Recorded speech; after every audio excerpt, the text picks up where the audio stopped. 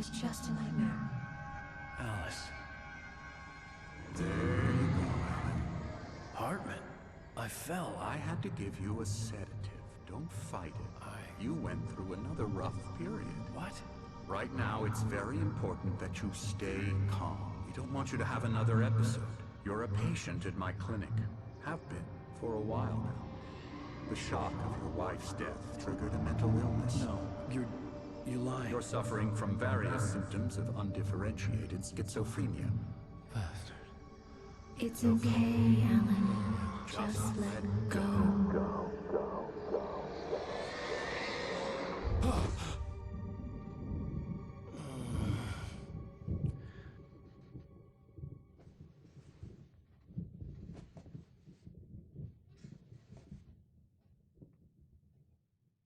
I felt groggy.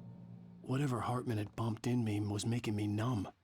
I felt like this was happening to someone else. Someone I was watching on television. I couldn't think. Couldn't focus. There were only empty sheets of paper here. No manuscript pages. The door was locked. I was a prisoner here.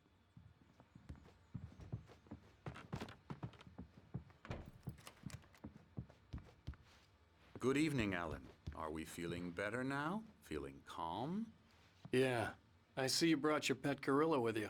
So sure, I'm calm. I get the message, loud and clear. Quite right. That's the spirit. You're being very brave, Alan. I understand you're confused. I would be more concerned if you weren't suspicious of me. I don't blame you for it. Big of you.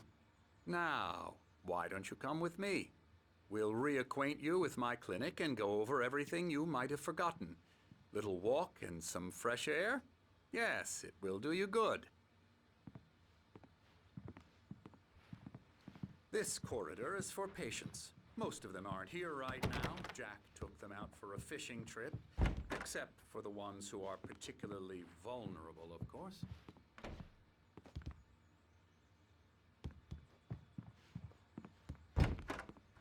I encourage creativity as a part of the recovery process here at Cauldron Lake Lodge. I specialize in treating artists. I bet you do. Splendid, Alan.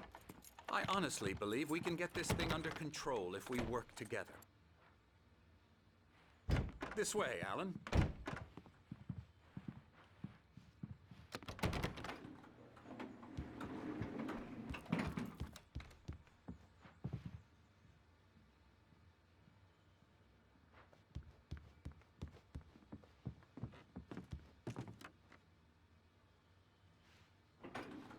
Now, Alan, from past experience with you, I know I need to get right into the heart of the matter as quickly as I can after an episode. So I'm just going to say this. Alice is dead. No. You're in a very vulnerable state until you understand and accept this. Alice drowned, and you couldn't face that. You're suffering from hallucinations, paranoid delusions, unusual thinking, an obsession about light and darkness, a feeling that everything revolves around you, your thoughts and dreams. Your mind has constructed an elaborate fantasy scenario in which your writings are affecting reality. She has been kidnapped, and supernatural forces of darkness are trying to stop you. We go this way, Alan. I wasn't ready for another shot, so I went along with it. He had to be lying. But under the influence of the drug he had given me, I had to fight not to believe his words. It's all in your head. You've been making it up. Apart from the tragic accident with your wife, no one has been killed. Your delusions are just a manifestation of your subconscious mind trying to protect you from the too painful truth. Unless we fight the fantasy, it will return. I know the instinct is to resist me, but think about it.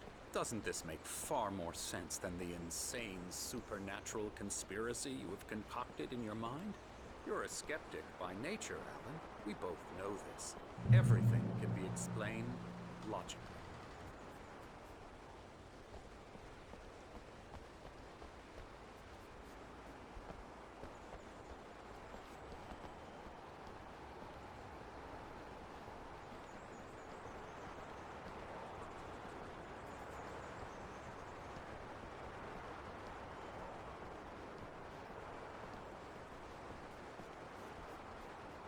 I never get tired of this view.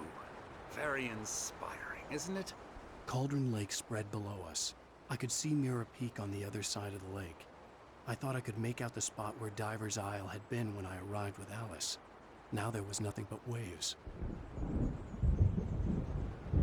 It seems there's a storm coming. Funny, I don't recall there being a mention of that in the weather forecast. Well, no matter. This way. Follow me. Alan, what I'm telling you is good news.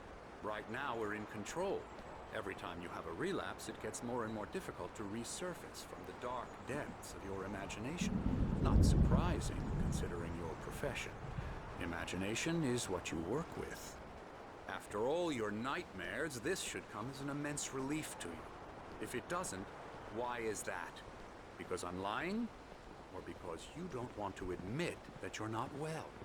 It's very natural for you to think of me as your enemy. It's part of the illness. I let him talk. Hartman obviously loved his own voice. His words echoed madly inside my head. I dug my nails into the palms of my hands to stay focused. You need to work with me.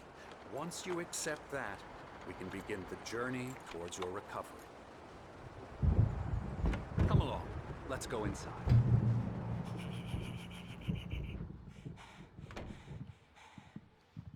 Here's the entrance to the office wing. That's for staff only. You were impressed by my trophies when you first arrived here. I do love to hunt. The great outdoors, man versus nature. It's wonderful stuff. Pretty damn wonderful, yeah. Yeah, that's right. I got you. I'm a real bad dream, mister. You should be afraid of me. Don't want to run into me in the night, that's for sure. Please, Emerson. Mr. Wake is confused enough as it is. Yeah, you'd like me to go away so you won't be scared. But you can't just decide what kind of dream you have or when you have it. Emerson. Okay. Sorry. Boo. That's Emerson. We're actually making some progress with him, I'm happy to say. He works on Elbow video strike. games. Ooh, yeah. It's trash, of course, but it does involve some small creative effort, which makes him receptive to my therapeutic methods. No kidding.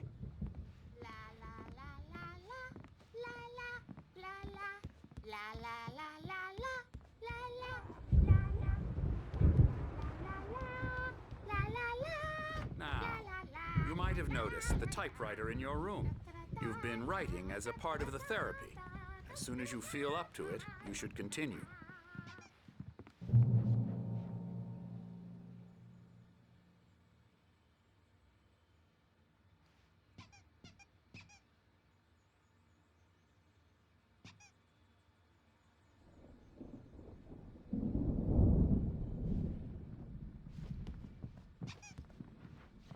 My rheumatism's killing me.